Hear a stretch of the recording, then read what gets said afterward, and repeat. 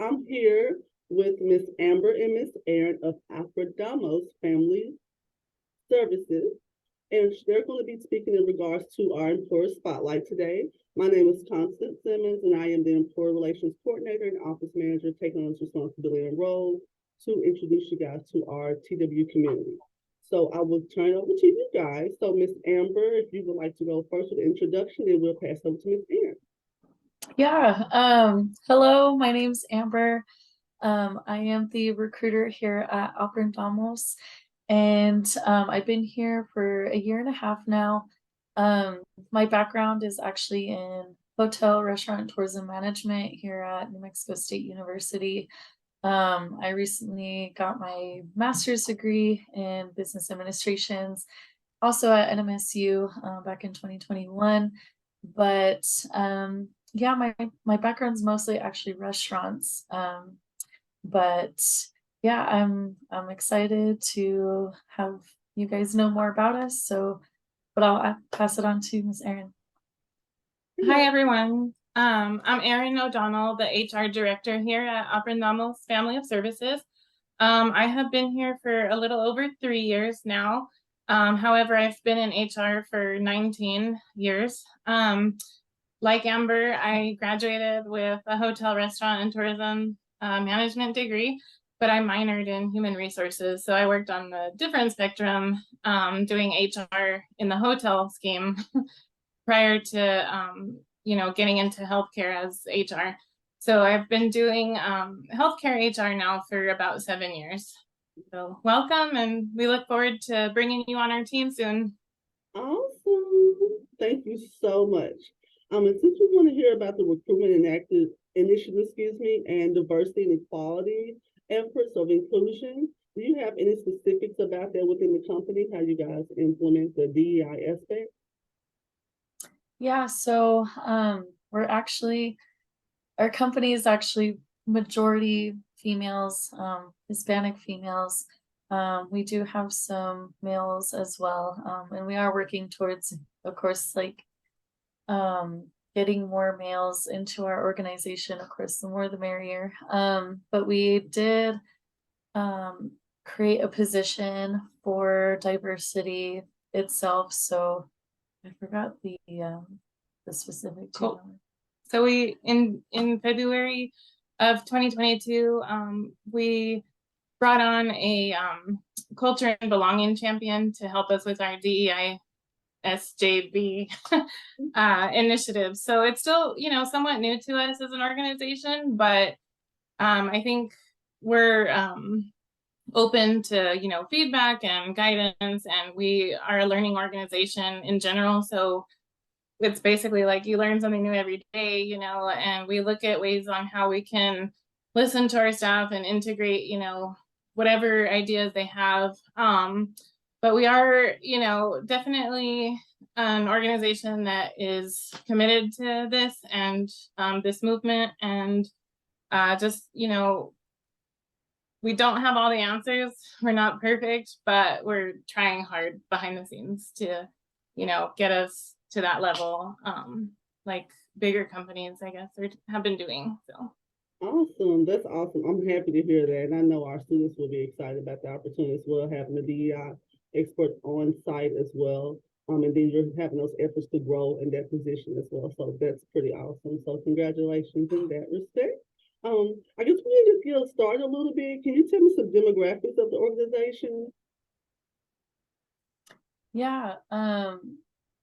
Like as far as our employees, or well, location and opportunities, more like, so where you're centered, like landscaping areas around, maybe a couple of landscapes, like 30 miles from this area, or we're close to this university, or something like that, just some demographics so they have an idea of where you're located. Yeah, so we're based in southern New Mexico. We're actually in Las Cruces, New Mexico. So that's about 45 minutes from El Paso, Texas, if any of y'all have heard of it. But yeah, so we have a ton of stuff surrounding us. We're actually kind of in the middle. We're both a college town and kind of a retirement town, but a little bit in between. So we got the outdoorsy, we got the nightlife, we got everything in between. So, for example, we have Ruidoso for camping, hiking, and, the outdoorsy. It's a very woodsy type of area. It's about 45 minutes to an hour and a half-ish, I don't know. But it's very woodsy out there. And then, of course, we have Spaceport America. That one's about a 45-minute drive. We have the White Sands National Park. That one's also an awesome attraction. They have the moonlight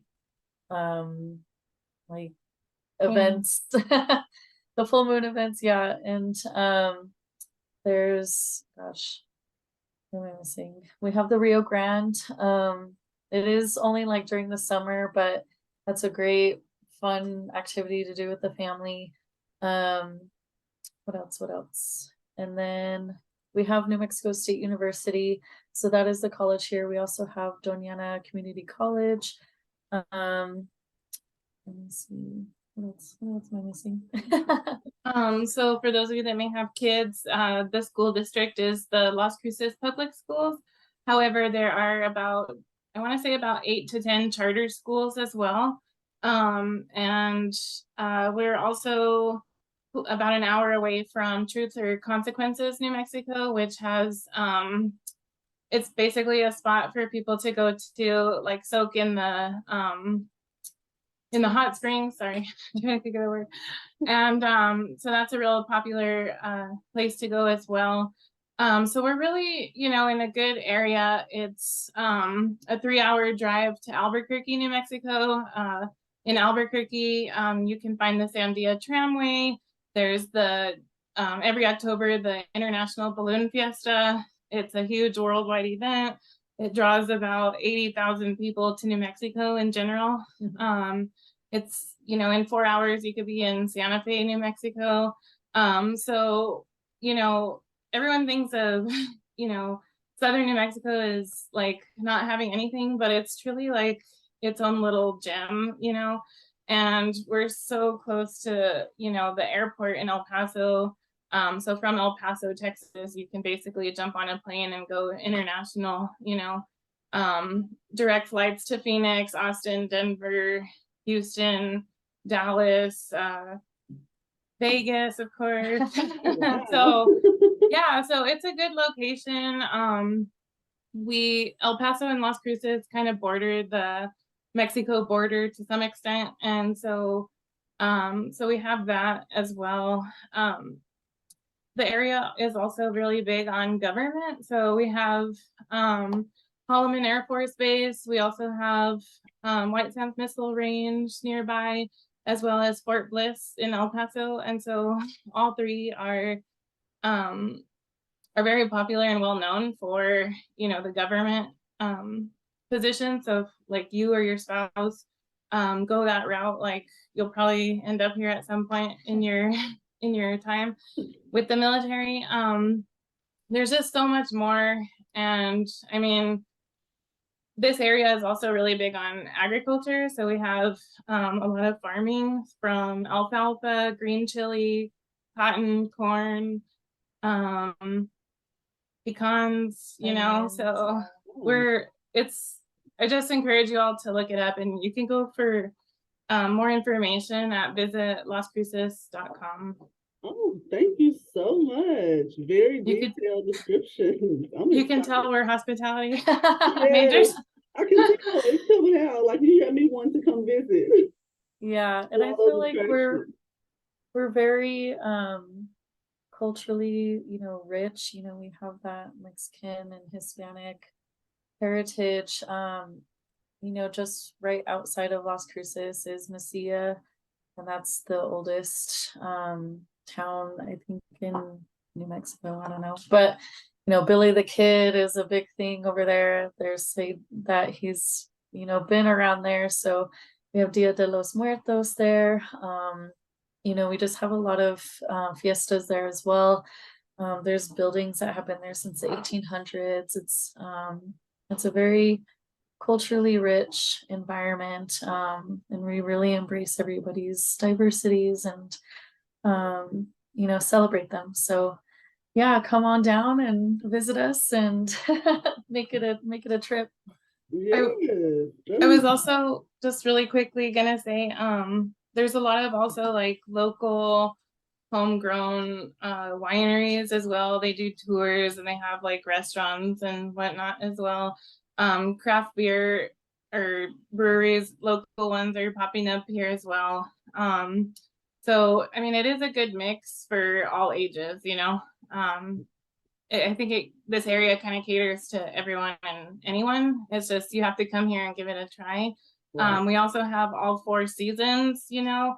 However, we don't have the amounts of snow that like Maine would get, or you know, New York or whatever. But I mean, we do get snow, we get rain, we have wind, you know, and we don't have humidity, and we don't have natural disasters like hurricanes, tornadoes, tsunamis. What else? Yeah, All that. it snows maybe a couple times a year. There's a lot of times we don't get snow and we really miss it. But I mean, of course, go up north and they get snow the whole winter, you know. Literally But every single day. yeah. Feet and feet of snow. Thank you so much for the explanation of the demographics of the organization. The next question I have for you is like, what is the day in the life of an employee there? So what can they expect in the day of the life of working for Aprendamos Family Services? Yeah, that's a good question. It kind of ranges just because we do have a ton of programs. So the reason why we are a family of services is because we're not just one focused program. So we have, early intervention, we have our Cariño home visiting services, we have our conscious fathering program, we have our Mariposa Autism Service Center, we have our Esperanza outpatient clinic. What's the last one? The last one is Alegría. Alegría. Family of counseling. Okay. So to an employee, I mean, that can range from, the FSCDI going to visit homes and, just giving the family resources and what they need to work on, or, working with the therapists and reaching their goals, reaching their milestones, and working together to get this child to where they need to be. Or it could range from, Mariposa Autism Center with our registered behavior technicians. They're also going into homes, but they're doing ABA therapy, and the clients with autism, maybe they're nonverbal and they're working towards those cues of getting them to talk, or slowly gaining those skills, or that child that maybe is talking, but just working on those social cues and getting them to adapt and work together on that. Or you could have a speech therapist working on how to say the R's. So it really all depends on the employee and what position that is, what they're working on. But it's a very collaborative environment. It's we're all, if you're out on the road, it's a phone call away, it's a team message away.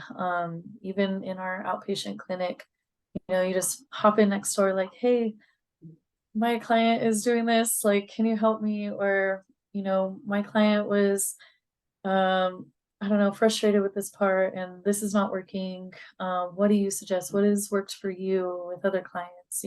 What works for somebody may not work for the next client, so it's really collaborative. They also, even in early intervention, they have TTA meetings, which is basically whatever's on that child's caseload, or whoever's on that child's caseload. Like maybe they're getting OT and speech, or OT, PT and speech, and working with the family service coordinator. They all have a meeting and just going through, like, okay, we sit down, this is what's working, this is what's not working, and or this is something I've never dealt with before, let's research this all together.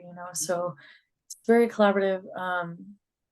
And some people are working early intervention, some are in Esperanza and early intervention. So yeah, that's that's kind of what it looks like.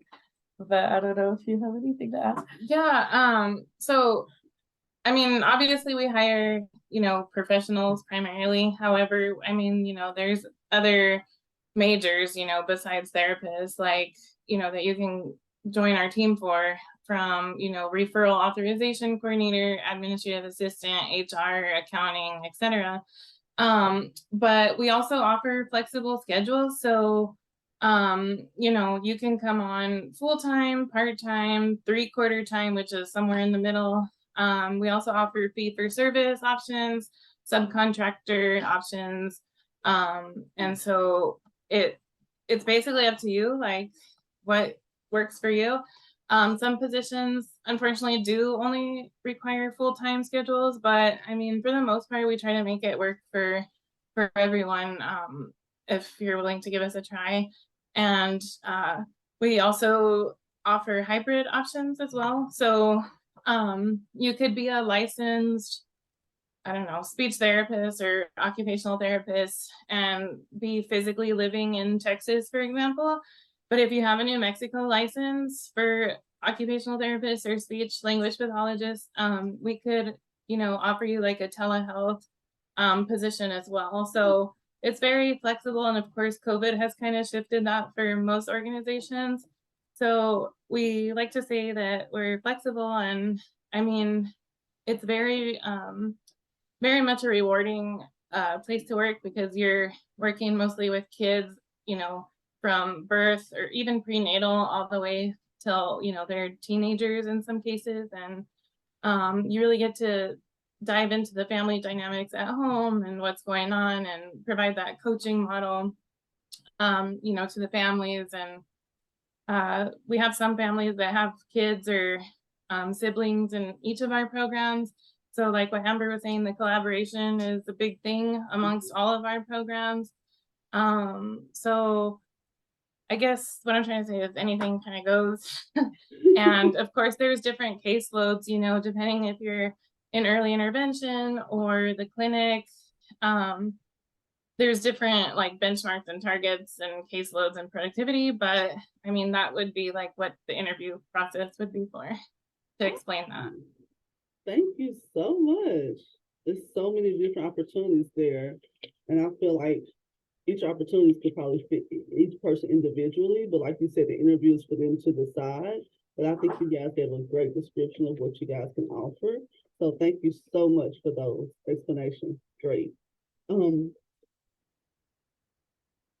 We kind of really did some of this next question, but I'm going to ask it anyway. What does your organization look for in a candidate? This could include tips on how students can prepare their resume, what they should be aware of to prepare for an interview, etc. Yeah. So I guess just depend. Sorry. Something just go. I'll be right back. Yeah, so just depending on the position that they're applying for, I think, if they're just sending in their resume just to send it in, I really recommend, let's say you're applying for a family service coordinator, developmental specialist. I would cater to that position and, the job description that we've put out there. What skills can you put forth that, we would find it as like a valuable asset. Let's say maybe you have some skills in psychology or even, early childhood. We do look for bachelor's degrees in a lot of our programs. Of course, unless you're like a therapist, we do require like either masters or doctorates for those, like, for example, speech therapists or pathologists, occupational therapists. Those do need master's degrees and the New Mexico licensure. The physical therapists, you do need to be a doctorates and also have a New Mexico license. But the only program that doesn't require bachelor's, just a high school diploma, is our Mariposa Autism Service Center. That one is the registered behavior technician position. And of course, like if you are in psychology, we even have a couple people in the communication disorders program that work in that for Mariposa. And so it's kind of just, what are you looking for? Because I can look at a resume and be like, okay, yeah, they probably want this position, but let me ask. But then there's some resumes that I'm like, it could go either way. I don't know. But like for home visiting, family service coordinator, those are kind of similar, so it could kind of go either way. But I think just hitting the points of like, what are you looking for? Are you looking to work with kids, birth to 3, maybe a more adult population? Even with our Alegría Family Counseling, you do have to have a master's degree, and just depending on where you're at, your licensing, it could be LMSW, there's like LMFT and LMHC and LCSW, so all the acronyms.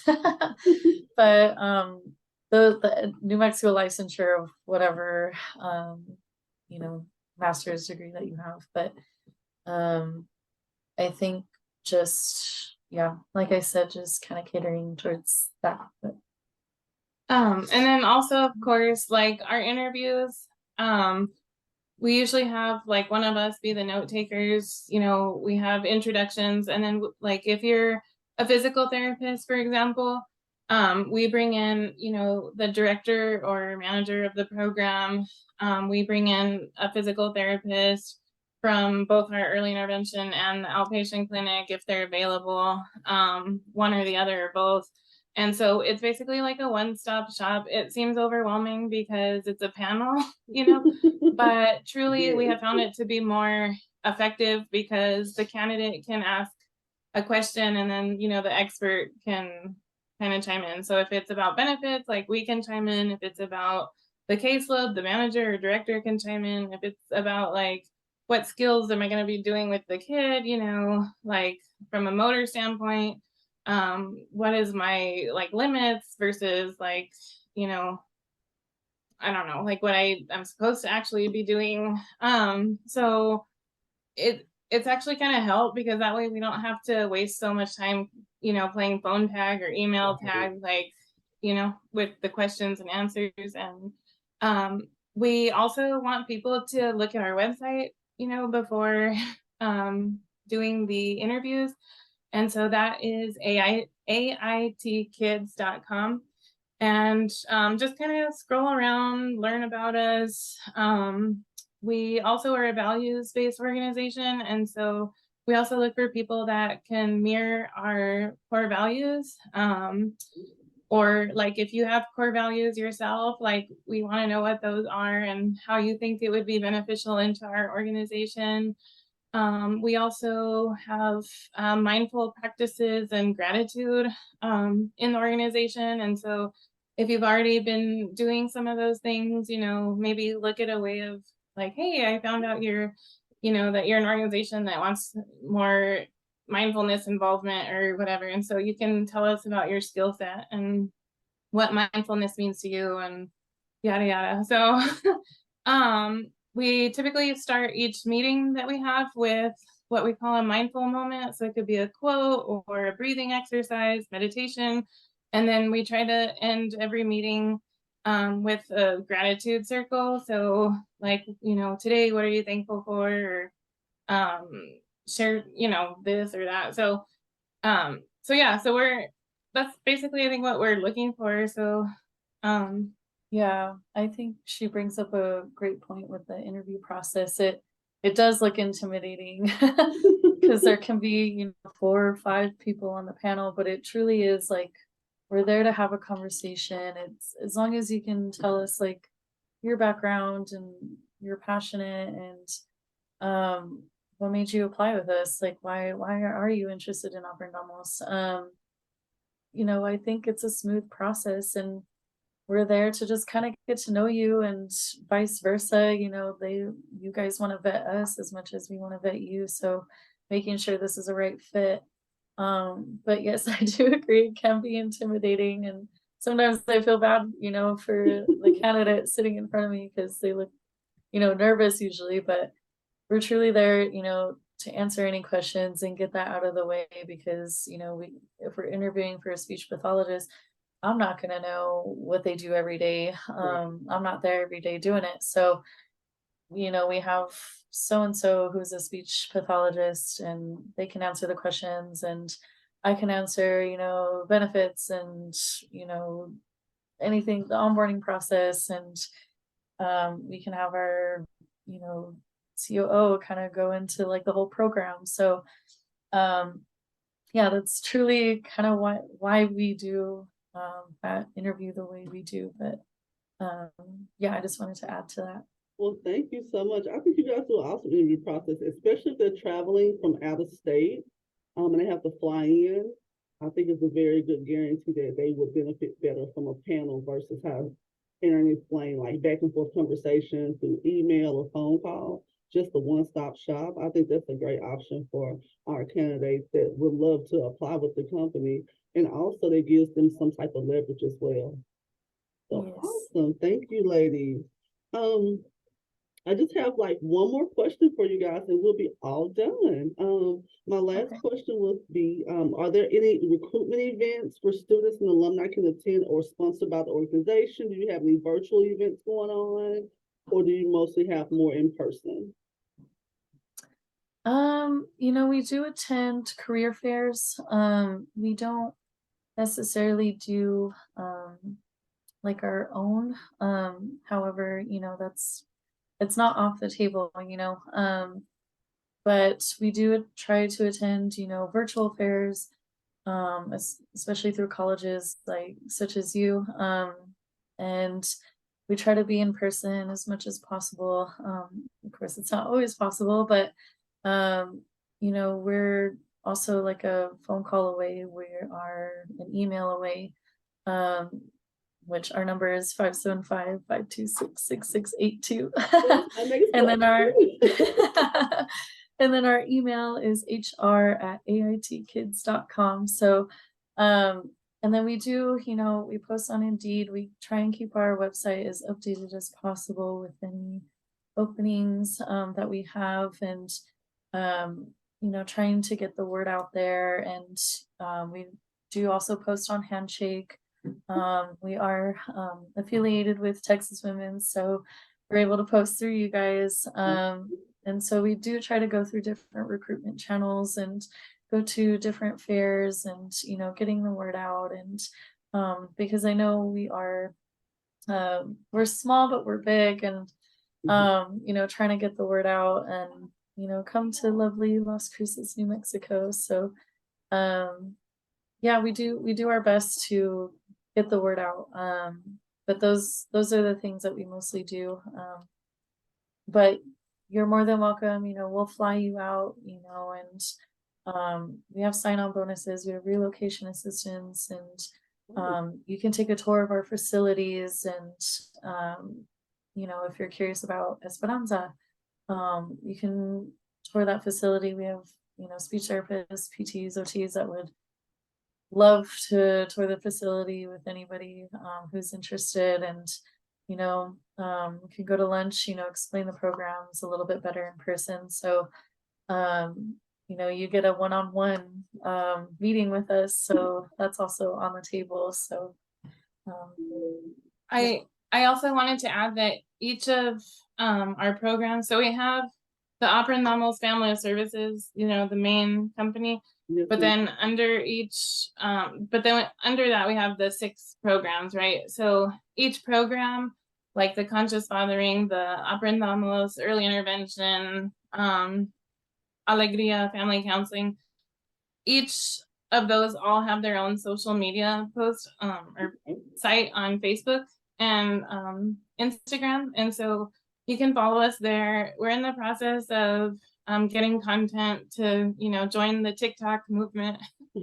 And also we're you can also watch our videos like on YouTube and whatnot, or our website, you know, has some great videos. And then, for example, if you want to just come learn about a certain topic as it relates to, I don't know, like finance or, you know, keeping your home safe from carbon monoxide or whatever, like our Cariño home visiting program does a monthly baby gala. And it's usually from 5 to 6 p.m. Mountain Time on Zoom. Next year, I think it'll be both in person and on Zoom. And so they have giveaways. It's free to attend. They use Eventbrite to sign up, but I encourage you to just come check it out, just to hear, if nothing else, and observe. Also, oh, there was another one I was gonna say, but I can't think of it. Oh yeah, we have parent engagement trainings with Mariposa Autism Service Center as well. And I mean, we could also do like a lunch and learn with you all through Zoom if you're interested, or, you know, maybe you haven't seen your aunt and uncle in a while that live in El Paso, so you might as well drive down here and come say hi. So, but yeah, we actually just so you all know, like we actually just had someone reach out on a weekend randomly, a speech therapist in Alabama.